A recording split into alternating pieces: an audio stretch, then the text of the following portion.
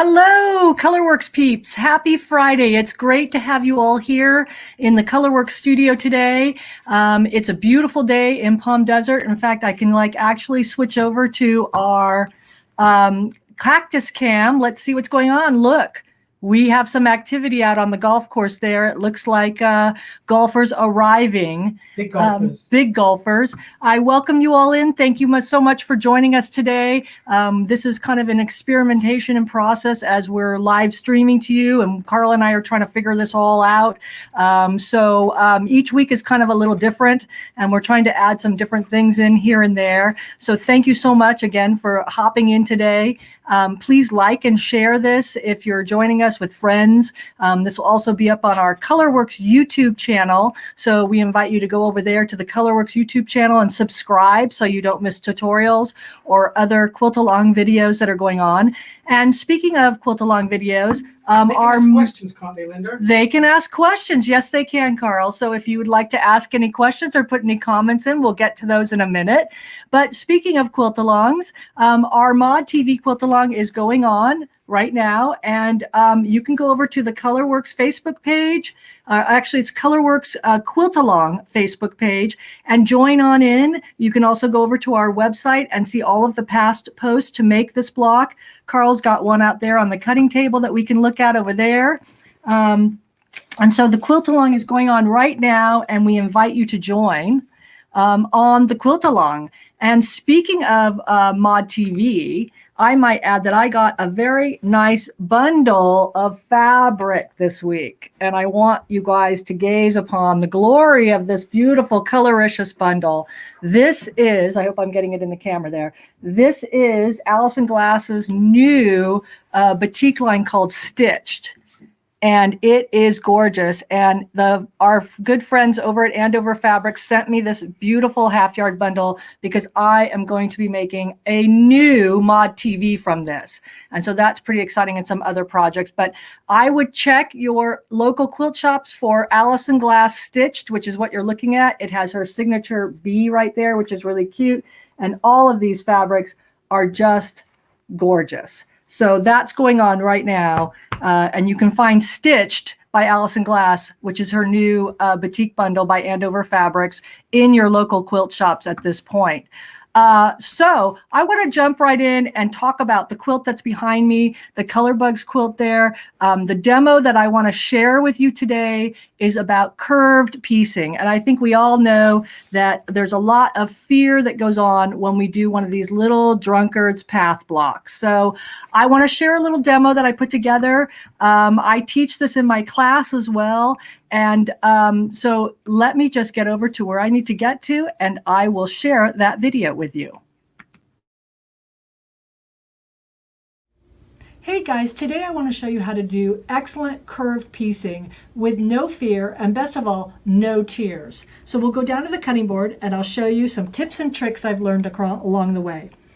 You usually start with an L shape and a quadrant, and usually what happens when you piece these two together is the L shape will either shrink in or become lopsided to the quadrant, or vice versa, and that's where the tears start. So to avoid that, what we're going to do first is crease the quadrant in half and create a crease in center, or you can mark it with a Frixion pen, and we're going to crease the L shape in half to create a center mark, or you can mark it with a Frixion pen. You're going to want to get yourself some Clover quilting pins. These are super fine patchwork pins, and I love them because I'm going to leave these pins in as I sew along the seam here.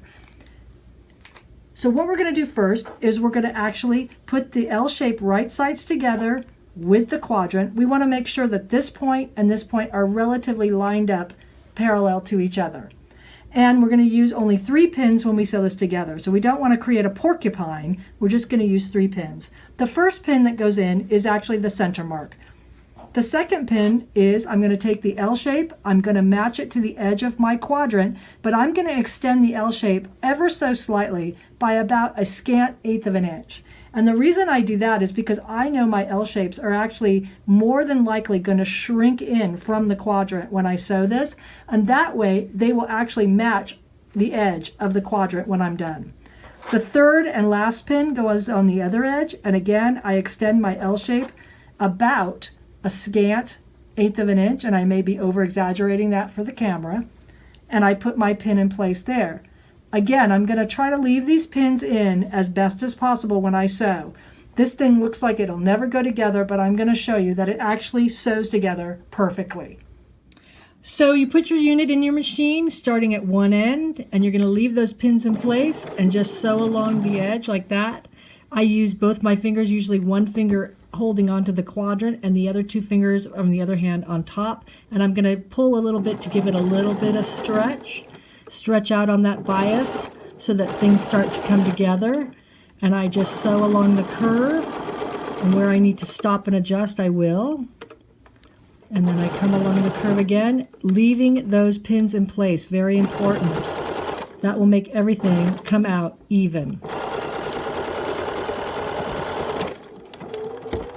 And you'll see, as I get this off the machine and take the pins out, you're going to see that my curve, there are no puckers in that curve.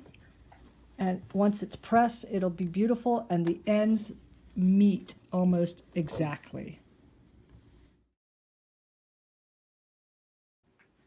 So there you go. And so my challenge for you guys this weekend is to sew your curves, and don't be scared of them. No tears, no fears, 3-pin method, and just take it easy. And it always works. I guarantee it. If you like the quilt behind me, it's called Colourwerx. Let me get that in there for you. That's available in our shop. I also have a kit to it. If you like what you're seeing back there, that's all Wyndham Fabrics Bedrock Basics. That kit is everything you need to make the Colourwerx quilt there. And it is like a slash and sew method, very similar to the Mod TVs that we're doing right now over on our Colourwerx Quilt Along page. It looks like Carl has something interesting going on there at the cutting board. Let's see. He's fanned out the Allison Glass stitched fabric, where this is going to be the new Mod TV. So that way you guys can see it just a little bit better there. And that's kind of fun. And it's a beautiful line, like I said. Oh, Vanna. Woo! Vanna White. Woo. Yes, manicures are needed all around. We'll just check in with the Cactus Cam again. Oh, look, activity. This is our view, by the way, from our sewing studio, in case you're interested. So this is what we look at while we're creating Colourwerx projects for you all. So anyway, back to what we were talking about here. So go ahead and leave any comments. If you have any questions for us as well, I invite you to leave questions there too. We'll see who's checking in today. We have Nancy Crandall from Nancy from Bloomington. Hello, Nancy. Thank you for joining us.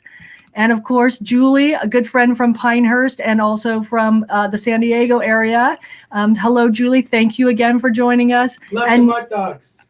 Yes, and Nedra from Arizona, another good friend. Thank you again. Let me see if I've got, an old friend, Dawn. Dawn is an old friend from Pinehurst when we used to have Lindarella's Quiltworks. And hello, Dawn. I'm so happy you're here. I haven't talked to you in a long time, but I'm loving that you're showing up here. And there's Carl. And Mary Ann Hardy is here also checking it in. And yes, I do make it look easy, and it is easy. That's what I would say about sewing curves together. I'm looking for my drunkard's path here. This is super easy if you follow that 3-pin method and just take it easy. And again, extend the L shape about 1/8 of an inch or scant over the quadrant. So let me return back to a regular scheduled program here. So let's see. Next, I want to also talk about some other things going on in the shop that we have. We have a lot of these beautiful violet craft bundles in our shop right now that we just got in. These are beautiful. So if you want to do a kind of like another color bug or something like that, or you're just looking for some beautiful fabrics to add to your stash, those are in the shop for you as well. And we invite you to do that. So what is Carl doing? He's coming in with a sample, it looks like. I'm not sure where he is back there. He's roaming around. As I said, this is kind of an experiment. It's almost craziness going on. Oh, he's got a color maze quilt. Let me see. We'll go there to the cutting board. And there's the color maze quilt done with the Violet Craft Modern Basics. So It's beautiful. It's a beautiful bundle. It looks like now, let me return back here. We have a question. Let me see from Connie. I actually have a question about heavier thread and different needles for doing the zigzag backgrounds for Wonky Dog. Can you explain a bit? Thank you, Connie. Yes, I can.